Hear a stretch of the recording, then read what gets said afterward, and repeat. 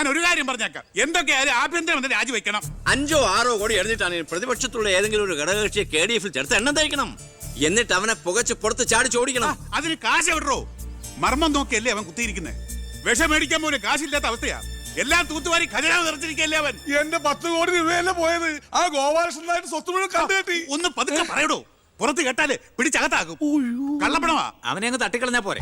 അതിന് പറ്റിയ വാടക ഉണ്ടകൾ പോലും ഇന്ന് കേരളത്തിലില്ല. എല്ലാത്തിനും പിടിച്ച് അകത്താക്കില്ലേ. ഇനി ഇപ്പൊ ആരെങ്കിലും പുറത്തുനിന്ന് ഇറക്കിയാൽ തന്നെ അവരെയും പിടിച്ച് അവന്റെ പോലീസ് വെടിവെച്ചു കൊല്ലും. ആ വഴിയൊന്നും അത്ര എളുപ്പമല്ല. അവന്റെ ചിഹ്നത്തിന്റെ സ്വഭാവ സിംഹത്തിന്റെ. കാട്ടിൽ ആനയുണ്ട്, പുലിയുണ്ട്, കഴുതയുണ്ട്. പക്ഷെ ആരാ കാട്ടിലെ സിംഹം? സിംഹം. അവൻ ആനയുടെ മഷിക്കും വരെ കയറിയിരിക്കും. ഓ, അതൊന്നും നെറ്റിന്ന് മലയാളത്തിൽ പറഞ്ഞാൽ പോരോ. അയ്യ, അതൊക്കെ വിദ്യാഭ്യാസം ഇല്ലാത്ത ആൾക്കാർ പറഞ്ഞതാണ്. വിദ്യാഭ്യാസമുള്ളവർ പറയും മഷിക്കും. അമേരിക്കയിലേക്ക് ലൈൻ പോണു. സിഎമ്മിന്റെ മൊബൈൽ റിംഗ് ചെയ്യുന്നുണ്ട്. Hello hello hello. എന്റെ മൊബൈലിൽ നിന്ന് വിളിക്കാം. ഞാൻ ഇന്നലെ കൂടി വിളിച്ചല്ലേ ഉള്ളൂ. പൊറ്റക്കുഴിയാണ്. ഹലോ, നിങ്ങൾ ക്യൂബിലാണ്? ഇല്ല, സത്യമായിട്ടില്ല. നിങ്ങൾ ക്യൂബിലാണ്. ദയവായി ഒരാഴ്ച കഴിഞ്ഞ് വിളിക്കുക. ശരിയാ, ക്ഷമിക്കണം.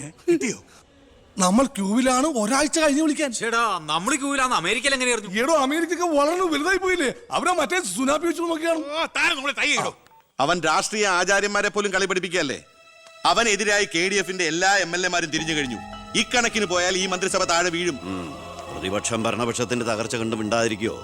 അവനെന്ന് പത്രക്കാരോട് പറഞ്ഞില്ലേ, അച്ഛൻ നിരപരാധിയാണെന്ന് കോടതിയിൽ തെളിഞ്ഞാൽ പാർട്ടി ആവശ്യപ്പെട്ടാൽ മന്ത്രിസ്ഥാനവും MLA സ്ഥാനവും രാജിവെച്ച് അച്ഛന് വീണ്ടും അവസരം നൽകുമെന്ന്. അതിൽ പിടിക്കണം. പാർട്ടി ആവശ്യപ്പെടണം, അവനെ കൊണ്ട് രാജിവെപ്പിക്കണം. അതിന് അച്ഛൻ ഈ കേസ് ജയിക്കണം. അച്ഛന്റെ പേരിലുള്ള മണിമലയാർ കേസ് തള്ളിപ്പോയതുപോലെ ഈ കൊലക്കേസും തള്ളിപ്പോകും. ഈ കേസ് ഞാൻ ജയിപ്പിക്കും. അച്ഛന് വേണ്ടി ഞാൻ എന്തും ചെയ്യും.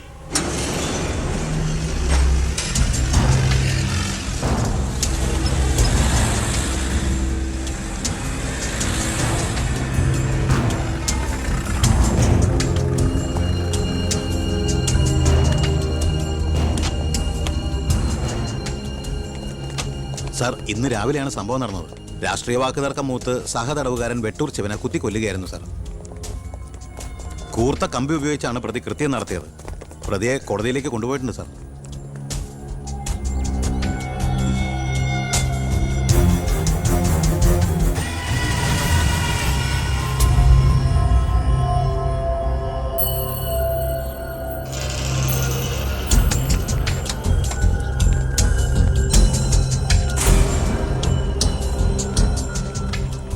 ഒന്നുകിൽ ദൈവം അച്ഛനെ കേസിൽ നിന്ന് രക്ഷിച്ചു, അല്ലെങ്കിൽ അച്ഛൻ സമർത്ഥമായി സ്വയം രക്ഷപ്പെട്ടു.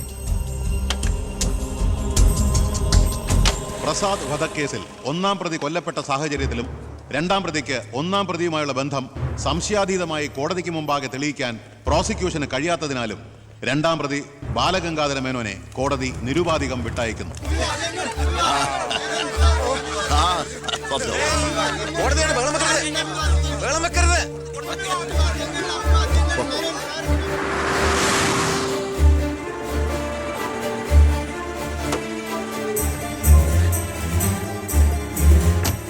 ലക്ഷ്മി, ലക്ഷ്മി, അറിഞ്ഞോ നീ?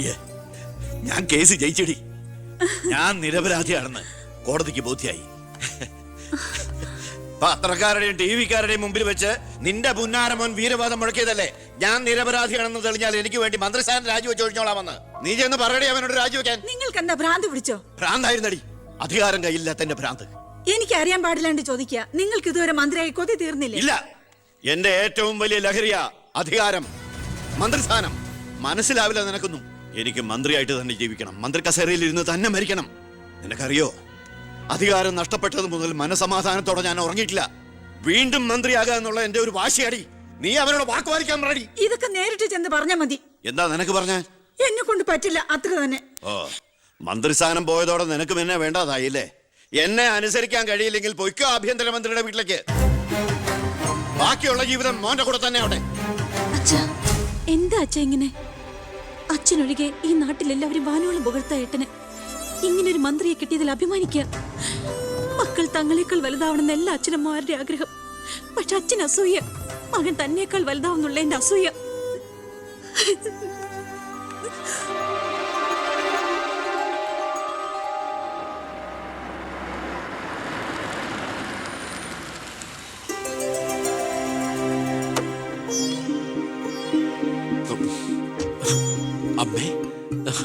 ശാരി, ഇത് ആരാ വന്നിരിക്കുന്നത് നോക്കിയേ. വാമേ, അമ്മേ, നീ പോയൊരു ചായ ഉണ്ടാക്കി കൊണ്ടുവാ. നിന്റെ കൈപ്പുണ്യം അമ്മ അറിയട്ടെ.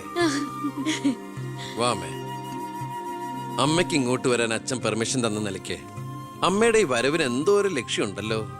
എന്താ അമ്മയുടെ മുഖത്തിനൊരു വാട്ടം? ഇത് സന്തോഷിക്കേണ്ട സമയമല്ലേ? അച്ഛനാണെങ്കിൽ കേസെല്ലാം ജയിച്ചു, മകനാണെങ്കിൽ ഹോം മിനിസ്റ്റർ. ഞാൻ മാറി താമസിക്കുന്നു എന്നതൊഴിച്ചാൽ വേറൊരു പ്രശ്നവും ഞാൻ അമ്മയെ കാണുന്നില്ല. പറയമ്മേ, എന്താ പ്രശ്നം? എന്തിനാടാ നിനക്ക് ഈ മന്ത്രിസ്ഥാനം? നീ രാജിവെക്കണം. അപ്പോ അച്ഛൻ ഇതിനാണ് അമ്മ ഇങ്ങോട്ട് അയച്ചത്? നിന്നോട് യാചിക്കാൻ വേണ്ടിയാണ് ഞാൻ വന്നത്. അമ്മ എന്ത് പറഞ്ഞാലും ഞാൻ ഇതുവരെ അനുസരിച്ചിട്ടേ ഉള്ളൂ. പക്ഷേ ഈ കാര്യത്തിൽ അമ്മേനോട് ക്ഷമിക്കണം. ഇപ്പൊ ഞാൻ അമ്മയെ അനുസരിച്ച അത് എന്നെ ജയിപ്പിച്ചു വിട്ട ജനങ്ങളോട് ഞാൻ ചെയ്യുന്ന വഞ്ചനയായിരിക്കും. അത് തന്നെയല്ല, തുടങ്ങി വെച്ച ഒരുപാട് കാര്യങ്ങൾ എനിക്ക് പൂർത്തീകരിക്കാനുണ്ട്. അതുകൊണ്ട് തൽക്കാലം എനിക്ക് രാജിവെക്കാൻ നിർവാഹമില്ലെന്ന് അമ്മ ചെന്ന് അച്ഛനെ പറഞ്ഞ് മനസ്സിലാക്കണം. കുടുംബ ബന്ധങ്ങൾ മറന്ന് നീ മന്ത്രിയായിട്ടിരുന്ന നാട് നന്നാക്ക്. അച്ഛനും അമ്മയും നിനക്ക് വേണ്ടല്ലോ. അമ്മേ, ഞാൻ പറയുന്നത് നീ എന്നോട് മിണ്ടണ്ട.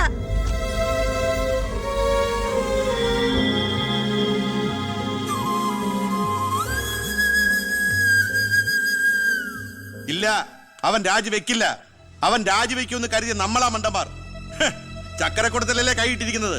അധികാരത്തിന്റെ മത്ത് പിടിപ്പിക്കുന്ന സുഖം അവനും അനുഭവിച്ചു കഴിഞ്ഞു. ഇനി അച്ഛന് വേണ്ടി സ്വന്തം സുഖങ്ങൾ ഉപേക്ഷിക്കാൻ മാത്രം വിഡ്ഢിയൊന്നും അല്ലവൻ. സ്വന്തം കുടുംബത്തിൽ വരെ റെയ്ഡ് നടത്തി അവൻ പ്രശസ്തി പിടിച്ചു പറ്റിയില്ലേ? ഇപ്പൊ പത്രക്കാരും ചാനലുകാരും എന്തിന് പ്രതിപക്ഷം വരെ അവനെ പൊഴുത്തുകയല്ലേ? അവൻ നാട് നന്നാക്കുക എന്തു വേണമെങ്കിലും ആയിക്കോട്ടെ, പക്ഷെ നമ്മുടെ കുടുംബത്തിലൊരു അംഗമെന്നൊരു പരിഗണന ഇനി അവന് കൊടുക്കാൻ പാടില്ല. അച്ഛന്റെ മനസ്സറിയാൻ കഴിയാത്തവന് പടിക്ക് പുറത്താ സ്ഥാനം. അച്ഛൻ നോക്കിക്കോ, ഈ ചിറ്റാരിക്കര മണ്ഡലത്തിൽ വീണ്ടും ഒരു ഇലക്ഷൻ ഉണ്ടാവും അച്ഛന് മത്സരിക്കാൻ വേണ്ടി. അച്ഛൻ മുഖ്യമന്ത്രിയാകുന്നത് എനിക്ക് കാണണം. എങ്ങനെ? പുരയ്ക്കുമേതെ ചാഞ്ഞു നിൽക്കുന്നത് പൊന്നുകായ്ക്കുന്ന മരമാണെങ്കിൽ പോലും അത് വെട്ടിക്കളയണമെന്ന പ്രമാണം.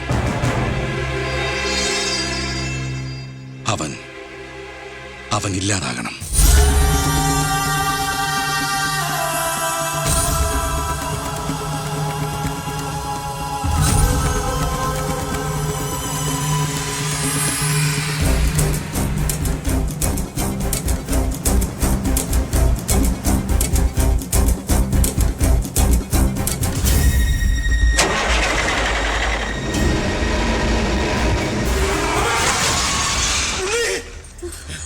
എന്താ? എന്തു പറ്റി?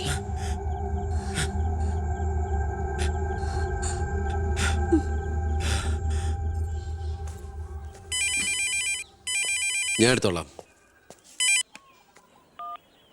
ഹലോ, ഉണ്ണി, ഉണ്ണി, ഉണ്ണി, നീ എന്താടാ ഒന്നും ഉണ്ടാത്ത്? അച്ഛാ,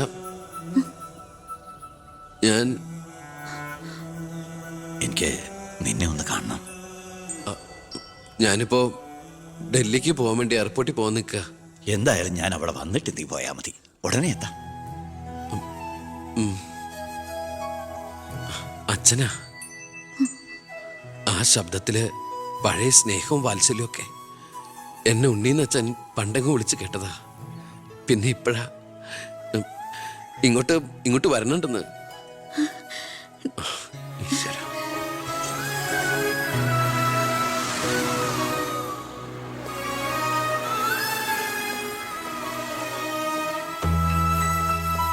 ഞാൻ കാരണം നിന്റെ യാത്ര ബുദ്ധിമുട്ടായി അല്ലേ? ഇല്ല, ഞാനത് അടുത്ത ഫ്ലൈറ്റിനാക്കി.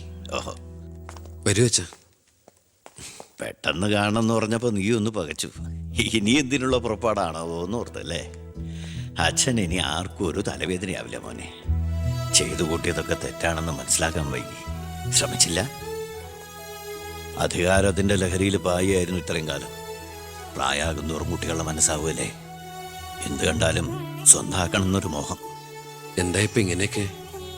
മുന്നിലേക്ക് നോക്കിയപ്പോഴോ തിരിഞ്ഞു നോക്കിയപ്പോഴോ ഒരു കാര്യം എനിക്ക് ബോധ്യായി. ഞാനെന്ന രാഷ്ട്രീയക്കാരൻ വെറും ഒരു വട്ടപൂജ്യമാണെന്ന്.